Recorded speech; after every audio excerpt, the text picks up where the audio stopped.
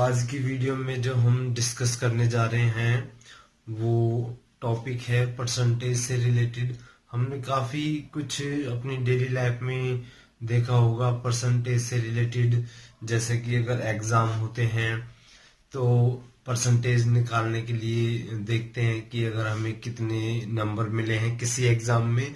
वहाँ जैसे total 5 subject का एग्जाम हुआ, वहाँ हमें नंबर अगर हमें मिलते हैं और अगर हम परसेंटेज निकालें तो हम कैसे फाइंड आउट करते हैं। या कभी हमारा कोई सीनियर पूछ ले, हमारे मम्मी पापा अगर पूछते हैं कि परसेंटेज कितनी है, तो ये कुछ डेली लाइफ के रिलेटेड क्वेश्चन है। तो ये सिंपल सा एक टॉपिक, आज थोड़ा हम इंट्रोडक्शन जानेंगे कि परसेंटेज आखिरकार होता क्या है। तो जो भी अगर हम परसेंटेज देखते हैं तो अगर हम परसेंटेज कभी भी कोई बोलता है तो हमें परसेंटेज से सिर्फ एक साइन याद आता है कुछ इस टाइप का, जो कि डिनोट करता है परसेंटेज को। अब अगर देखी जाए तो परसेंटेज एक्चुअली में होता क्या है कि किसी भी चीज को हम 100 से मेजर करते हैं।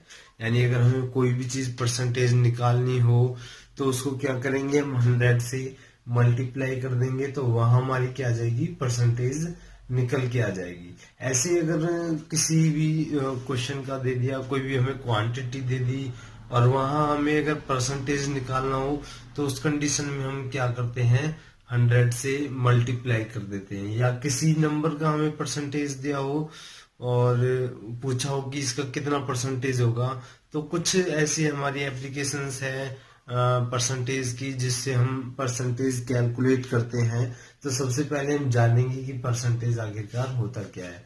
तो कभी कभी हमने कुछ क्वेश्चन देखे होंगे कि इस नंबर का परसेंटेज कितना होगा या इसका हमें ये फाइंड आउट करना है तो परसेंटेज कैसे निकालेंगे।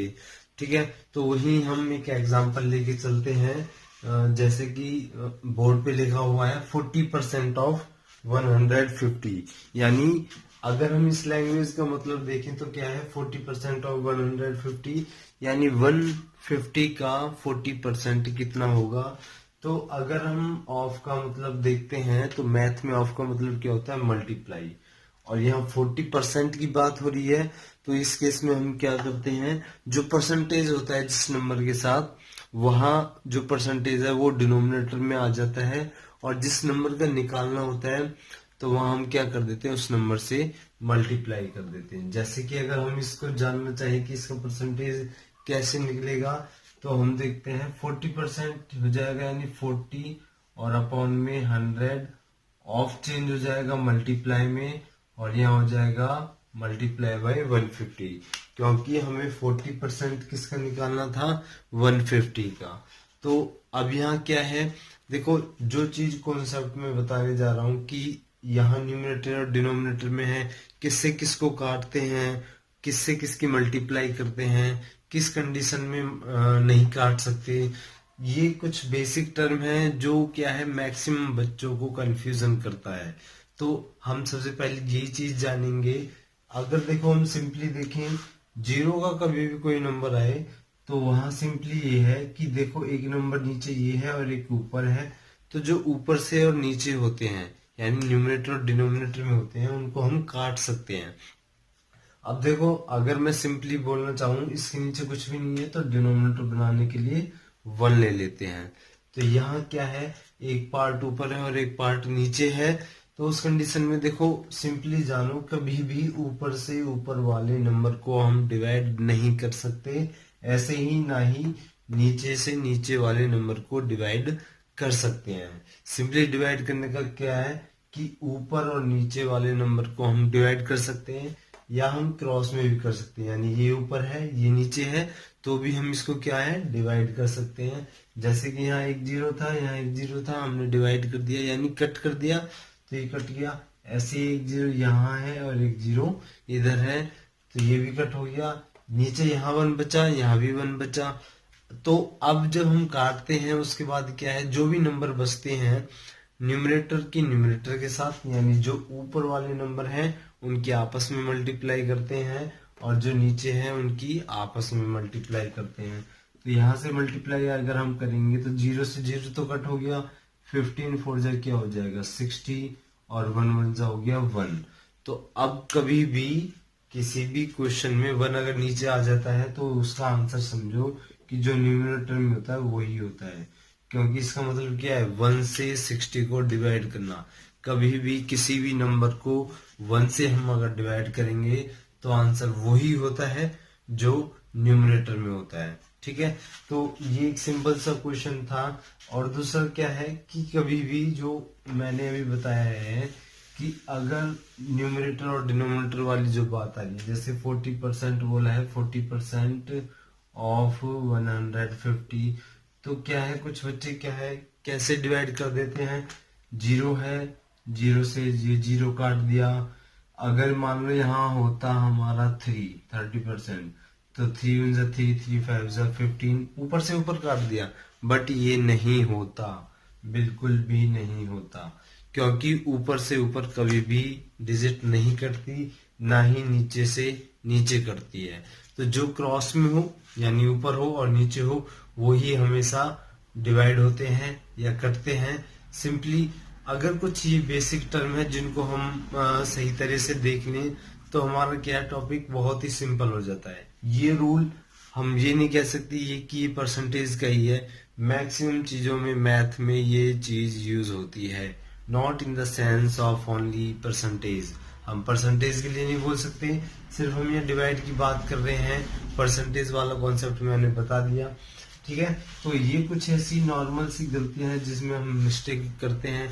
कभी भी मान लो कि परसेंटेज निकालना हो कि परसेंटेज कैसे निकालते हैं, मान लो अगर टोटल हमने मार्क्स ऑब्टेन जो करे हैं वो है 300 आउट ऑफ 500, और हमने पूछ लिया कि इसकी परसेंटेज कितनी होगी, तो परसेंटेज निकालने के लिए क्या करते हैं, हम 100 से मल्टीप्लाई कर देते हैं।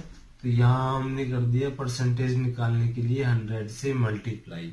ठीक है, तो वही सेम चीज कभी भी सिर्फ एक चीज हम याद रखेंगे कि जो न्यूमरेटर है यानी ऊपर, यहाँ कुछ नहीं है तो इसको भी हम ऊपर ही मानेंगे, ऊपर से ऊपर कभी भी डिजिट नहीं करती, सिर्फ नीचे से ऊपर हम देखते हैं।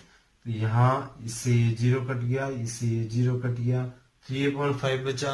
अब देखो यहाँ दो चीजें हुई कि यहाँ 3 है यहाँ 5 है, तो 5 और 3 आपस में तो कट नहीं सकते, तो यहाँ क्या है बचा हमारे पास 100, ये भी तो ऊपर ही डिजिट हुई और ये नीचे हुई। तो हम क्या करेंगे, 5 1 जा 5 और 5 2 जा 10 और 0 बच गया। ठीक है, लेकिन यहाँ 3 अभी भी बचा, तो हम क्या करेंगे, 3 की मल्टीप्लाई 20 के से करेंगे और नीचे हमारे पास बचा 1, तो 60 आ जाएगा, 60/1, 1 से 60 को डिवाइड करोगे तो क्या हो जाएगा 60, और परसेंटेज हम निकाल रहे हैं यानी 100 से मल्टीप्लाई कर रहे हैं तो हमारा आ गया 60%।